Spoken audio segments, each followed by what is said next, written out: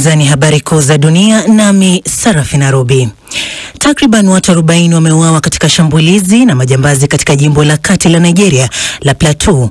Wakazi katika mji wa Zike wanasema washambuliaji waliingia majira ya asubuhi leo hii na kuanza kuwapiga risasi bila kuchagua. Wanawake na watoto wanaripotiwa kuwa waathiriwa wakubwa, na haya yanajiri chini ya wiki mbili baada ya zaidi ya watu 50 kuuawa katika shambulizi sawia katika eneo hilo. Mizozo ya kidini na kikabila katika jimbo la Plateau mara nyingi huwa chanzo cha vurugu.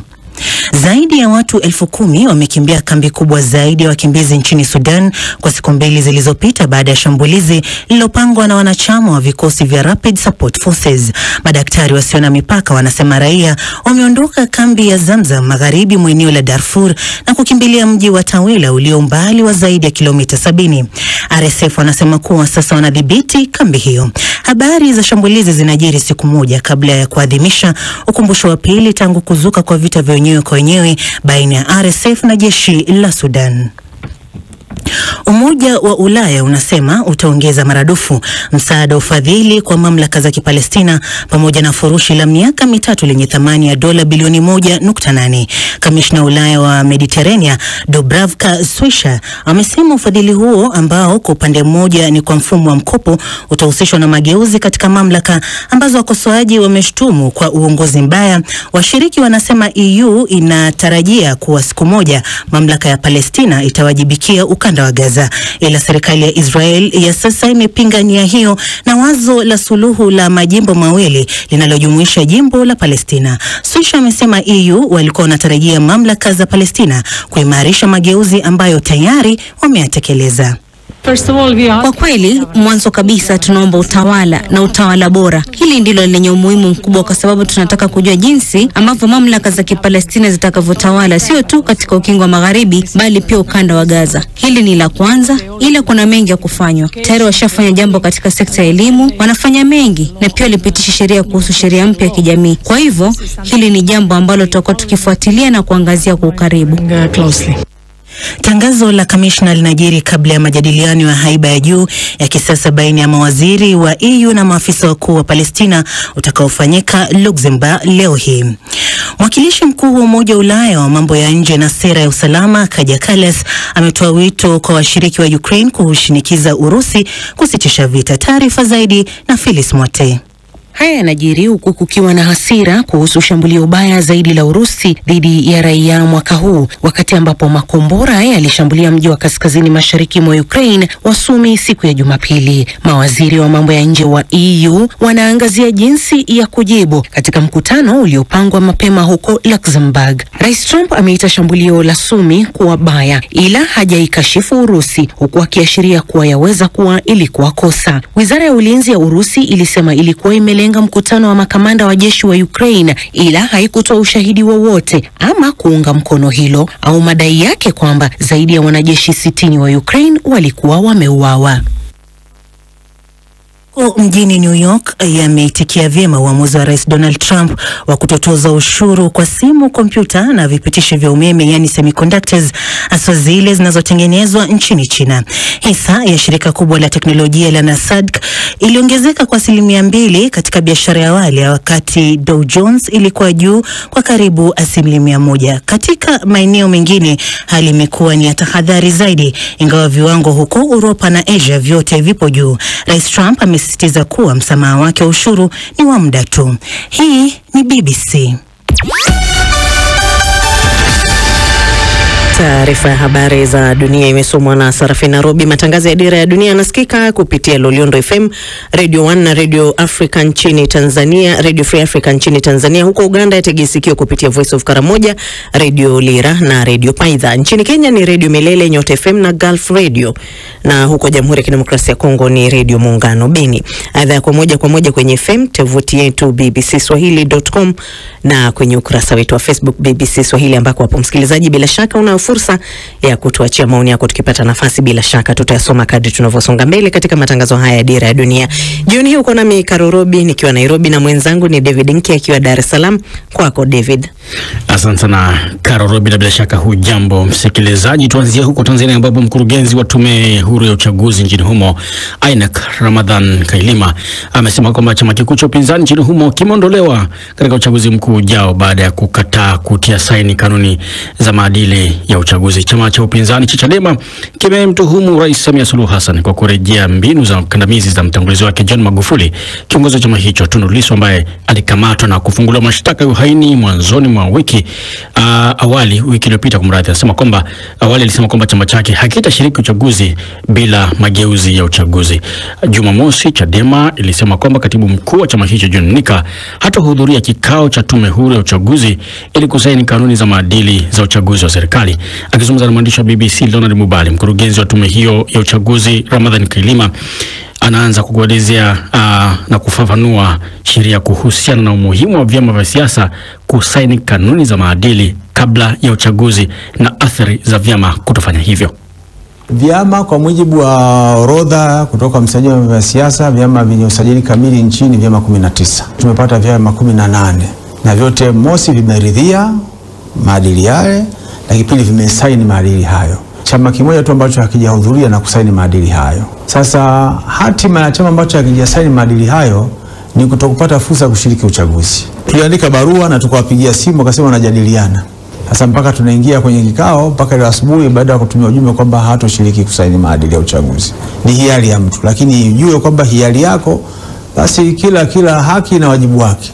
Hasa haki yao ya kutokusaini na wajibu wa kutokushiriki uchaguzi. Na labda niseme si kwamba watu shiriki uchaguzi utakofanyika Oktoba mwaka huu.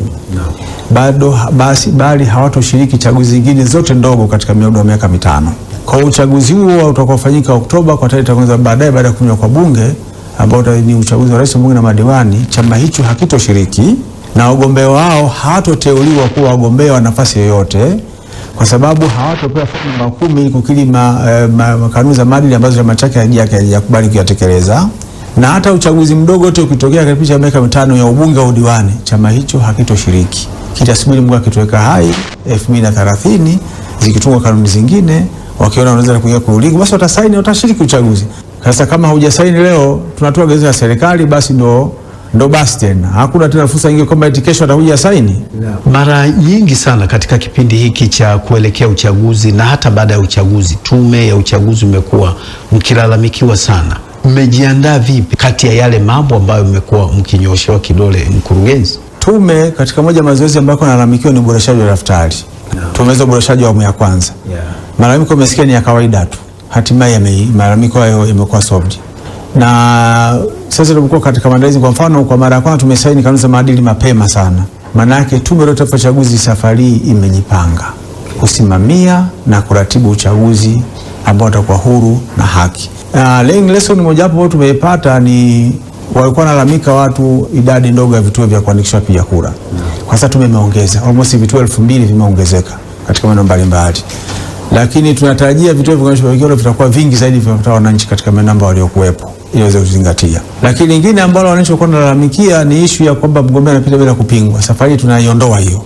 Kwa mujibu wa sheria kwa sasa, akitokea mgombea mmoja wa kiti cha mbunge, akitokea mgombea mmoja kiti cha diwani, atapigiwa kura ya ndio au hapana. Na kura ya hapana ikiwa nyingi, maana yake ameshindwa, tume itatangaza upya mchakato wa uchaguzi.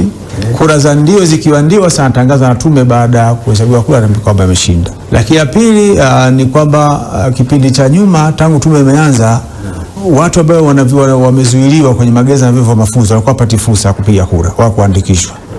Sasa safari kwa mujibu wa kifungu namba 10 cha sheria ya tume huru ya taifa ya uchaguzi, watu ambao wamehukumiwa gerezani kwa magereza Tanzania bara, watu ambao wamehukumiwa kwenye vyuo vya mafunzo kwa upande wa Zanzibar kifungo cha miezi 6 kushuka chini, sasa watarudishwa kwa wapiga kura na wakati wa uchaguzi watapelekewa fursa ya kupiga kura. Kwa hiyo ni mambo ambayo tumejifunza kule nyuma, sasa tumeyazingatia kwa sasa na tunategemea Mungu atatujalia uchaguzi utakuwa bora, huru na haki. Kumekuwa na mazoea haya ya wanasiasa kuweza kutamka lugha ambayo ni ngumu, ni lugha za kuumiza ambazo wakati fulani zinaweza hata kufarakanisha jamii. Mmejipanga vipi kudhibiti hali hiyo katika uchaguzi huu wa mwaka 2025, mkurugenzi? Niwaambie Watanzania wote na vyama vya siasa na wagombea wanaotarajiwa, wakati wa uchaguzi Sio kama sheria zingine zote zimelala. Sheria zingine zote zipo. Usitumie kigezo cha kuwa mgombea ukasema maneno ambao kwa kama ni kosa la jinai utashughulikiwa. Sasa wakati wa uchaguzi, kanuni za maadili mojawapo ya maeneo ni kushughulikia watu wanatoa lugha ambazo hazina staha. Kamati za maadili zimeunda kamati ziko kadhaa. Kuna kamati ya maadili ngazi ya kata ambayo inashughulikia uvunjifu wa maadili kwenye ngazi ya kata. Diwani akitoa lugha, mgombea diwani akitoa lugha sio stahiki ndani ya masaa 72, tume au mgombea mwingine au serikali inaweza kapeleka malalamiko yake kwa kamati ya maadili ngazi ya kata. Kamati hii maadili ngazi ya kata, wajumbe wake ni kila mtu mmoja mmoja kutoka kwenye chama chenye mgombea ngazi ya kata, na ndio unafanya maamuzi, sio tume. Nilizungumza ile kwamba kamati ya maadili ngazi ya kata wanamsurubu mwenzao kwenye chama kwa kukiuka maadili ni wenyewe wa viongozi wa wanachama mmoja mmoja kwenye kila chama ambacho kina ngazi ya kata. Lakini huyu akiona ameonewa anakata rufaa ngazi ya jimbo. Na ngazi ya jimbo kuna kamati ya maadili ngazi ya jimbo. Kamati hii wajumbe wake ni mtu mmoja kutoka kwenye kila chama chenye mgombea katika ngazi hiyo. Na wenyewe wanafanya maamuzi. Lakini akiona kuridhika, basi inakuwa ni kesi baada ya uchaguzi, anakwenda mahakamani. Lakini mwenyekiti msaidizi wa chama cha upinzani Chadema John Heche ameshutumu tume ya uchaguzi kwa kutekeleza yale wanayosema, huku akimtuhumu kuegemea upande mmoja kwa kuwa yeye ni mteule wa rais. Ndio mara ya kwanza kwenye mfumo wa vyama vingi kiongozi wa upinzani unayeshindana naye unampa kesi ya treason, kwa sababu amesema uchaguzi unaibiwa. Nani ajui uchaguzi wa nchi unaibiwa? Leo wanatuambia sisi tukasaini maadili, kwamba tusiposaini maadili tutaondolewa kwenye uchaguzi. Hii tume ya taifa ya uchaguzi ina maadili? Hapo inataka tukasaini maadili ambayo yenyewe haina hayo maadili. Hao wanaoiba uchaguzi ni maadili yani? Hawana. Mkurugenzi Kailima ni mteule wa rais, anatuambia sisi tukasaini maadili. The struggle continues, no turning back. Jambo jema sio lazima wakaliona watu wengi. Wanatutishia kwamba Chadema itakufa tusiposhiriki uchaguzi. Uchaguzi gani? Chadema itakufa hii. Na ife kama tasimamia jambo la kweli na watu wasijue kwamba tunasimamia ukweli, na ife kuliko kuwepo inasimamia uongo. Na msikilizaji, huyo ni naibu mwenyekiti wa chama cha upinzani cha Chadema John Heche. Lakini je, ni yapi maoni ya baadhi ya raia wa Tanzania kufuatia Chadema kuondolewa katika uchaguzi mkuu mwaka huu? Kwanza naelewa na nakubaliana na msimamo wa Chadema, kwa sababu ukiangalia madai yao ni ya msingi na muhimu sana katika kuhakikisha kwamba tuna uchaguzi ulio wazi, wa huru na wa haki. Nina wasiwasi kwamba hii hatua yao ya kujitoa au kutolewa kushiriki kwenye uchaguzi mkuu inaweza ikadhoofisha zaidi demokrasia nchini, kwa sababu kwanza inatuacha wananchi bila chaguo la msingi kwenye uchaguzi huu. Na wote tunaelewa kabisa kwamba kutokuwepo kwa Chadema kunaweza kupunguza uwajibikaji wa serikali. Pia inaweza ikapelekea kuathiri mazingira ya ushindani wa kisiasa, hasa ukiangalia kwamba vyama vingi vilivyobaki havina nguvu kama ilivyo Chadema. Ni matumaini yangu kuona kwamba pande zote tatu, kwamba vyama vya siasa, tume ya uchaguzi na serikali zikakaa pamoja kutafuta suluhu ya hii changamoto kwa njia ya maridhiano. Hatua hii inaweza kupunguza joto la kisiasa ambalo tulishuhudia mwaka 2020, mwaka 2015, hasa wakati wa uchaguzi mkuu. Kwa hivyo mwaka huu huenda joto hilo la kisiasa likawa chini kidogo, na kwa kuzingatia Chadema ni chama chenye wafuasi wengi, kwa hiyo ule ushindani wa hoja, mchaka na mikiki huenda kidogo mwaka huu tutaimiss katika uchaguzi huu hapa kutokana na chama hicho kujiondoa. Mimi ninachoona ni kufeli kwa demokrasia katika nchi hii, kwa misingi kwamba watawala wanajaribu kupiga picha ama kupaka rangi kuonesha kwamba kuna demokrasia, lakini kwa nyuma yake wanacheza michezo ama wanawekea wapinzani mitego ambayo njia zote mbili ambazo watazichagua zitawapelekea katika matokeo yale yale. Tumeshuhudia chaguzi nyingi zisizofuata utaratibu, na licha ya wapinzani kuja na hoja mbalimbali, lakini wamekuwa watawala hawazizingatii. Kwa hiyo Chadema aliyekewa mtego kwamba akikubali kuingia katika uchaguzi katika mazingira yale yale bado atapoteza, na hata asipokubaliana kama ambavyo hakusaini hizi kodi za uchaguzi bado atatengeneza mazingira yale yale kuonekana kwamba kulikuwa na mchakato wa kidemokrasia, lakini yeye peke yake ndo ameshindwa. Tume si polisi wa kudhibiti vyama vya siasa, bali ni walezi, na mlezi anapaswa kuwa msikilizaji mzuri, sio kuwa mtendaji na kuwa mtu wa kuadhibu muda wote. Upinzani ni imani, na kama tume inapendelea watawala, basi wajue tu kwamba hata upinzani wote wakiisha, wakibaki watawala wenyewe, utazaliwa upinzani mwingine. Busara itumike, wapinzani walio wengi wasikilizwe ili hoja zao zifanyiwe marekebisho na tupate viongozi wenye ridhaa ya wananchi.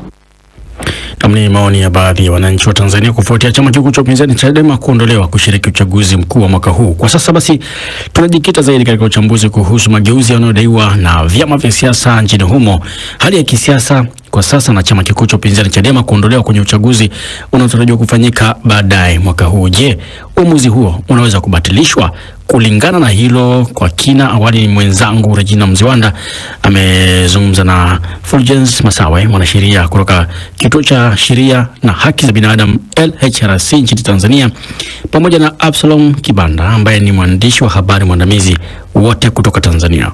Maadili ya uchaguzi ni sehemu ya mchakato wa maandalizi kwa ajili ya uchaguzi mkuu, na maadili haya yanatengenezwa kwa mujibu wa sheria ya uchaguzi wa rais, wa bunge pamoja na madiwani. Kwa mujibu wa sheria tunajua kwamba vigezo vya kushiriki uchaguzi ni kulingana na katiba pamoja na sheria. Sasa ukiangalia maadili hayawezi kuwa ni sheria ambayo inaweza ikamnyima mtu kushiriki kwenye uchaguzi moja kwa moja, lakini ukirudi nyuma sasa ukiangalia kinachotokea ni yale ambayo yamekuwa yanapigiwa kelele na Chadema wenyewe, kwa sababu wanataka marekebisho kabla ya uchaguzi. Huenda pia nia yao kushiriki uchaguzi imeonyeshwa wazi kwa kutokwenda kusaini hayo maadili ya uchaguzi, na changamoto wanazozungumzia ndio hizi. Kama maadili yenyewe yanaweza akawa ndio sifa ya kumzuia kuto kushiriki uchaguzi, ina maana kuna changamoto kwenye uchaguzi huo wenyewe. Kwa mtazamo huo, sheria zipo, je, hakuna nafasi ya kuweza kupaliza sauti zao kabla ya kuingia katika ile amsha ya kuelekea katika uchaguzi mkuu Fulgence? Na kwa nini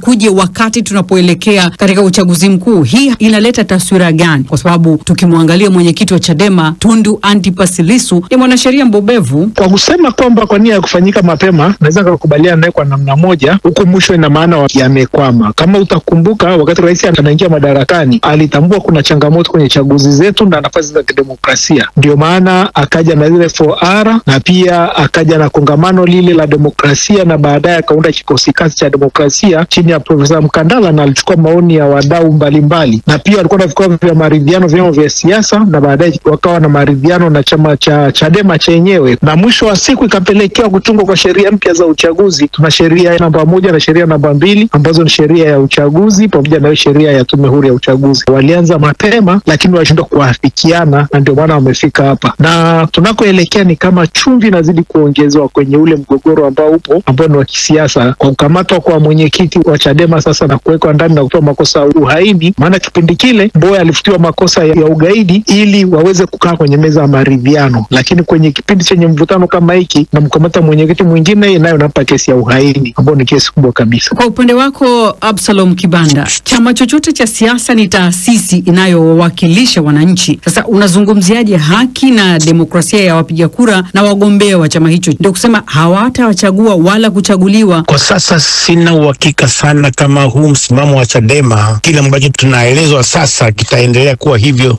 pasipo kubadilika hadi mwisho. Lakini iwapo hiki ambacho kinaitwa ama kususa au kugoma kwa Chadema kusaini kanuni za maadili na pengine kufikiria kutoshiriki uchaguzi kama hakutafanyika mabadiliko, hili ni pigo kwa demokrasia ya Tanzania. Ni pigo kwa Chadema ndio, lakini ni pigo kwa mustakabali mzima wa demokrasia ya vyama vingi hapa Tanzania, kwa sababu uko uzoefu wa miaka iliyopita wa baadhi ya vyama vya siasa kususia kushiriki katika uchaguzi, kama ilivyotokea baada ya uchaguzi mkuu wa Zanzibar mwaka 2015, wakati ule CUF walipoamua kususa baada ya uchaguzi wa marudio, na linawapa nafasi Chama cha Mapinduzi na vyama vingine vidogo kushiriki na kupata ushindi wa rais, lakini kuacha manunguniko ya wananchi nyuma. Kubwa kuliko lote kwa Tanzania, hili likiendelea hivi, naona mwamko wa wapiga kura utakuwa ni wa chini sana katika uchaguzi huu, jambo ambalo naamini linapaswa kufanyiwa kazi na Tume ya Taifa ya Uchaguzi na wadau wengine wa demokrasia, kwa sababu watu wengi ambao pengine wanaguswa na ushawishi wa Chadema sio kama wanachadema, kama wapiga kura tu, kama watu wanaopenda ushindani, watavunjwa moyo sana na hatua hii kama hali itabaki kama ilivyo. Fulgence, kuna njia mbadala ya mtanziko huu? Njia mbadala ipo. Matatizo yote ya kisiasa suluhu yake ni ya kisiasa, na siasa ni meza ya maridhiano kati ya pande zote mbili. Ukiangalia mvutano uliopo kwenye chaguzi hizi, hata vyama vilivyosaini hayo maadili ya uchaguzi, tunaona ACT wametoa tamko lao na wamekuwa na kauli yao ya operation na demokrasia, inaonyesha wazi kabisa bado kuna mtanziko kuelekea uchaguzi huu. Kumbuka kilichotokea mwaka jana kwenye uchaguzi wa serikali za mitaa kimetia doa sana serikali hii iliyoko madarakani. Ilikuwa imeahidi kwamba itarudi nyuma kuboresha yale ambayo yalitokea 2019 na 20. Naamini meza ya mazungumzo na maridhiano yanaweza kuwa mwafaka zaidi kuliko kuonyesha nani mbado kuliko mwingine.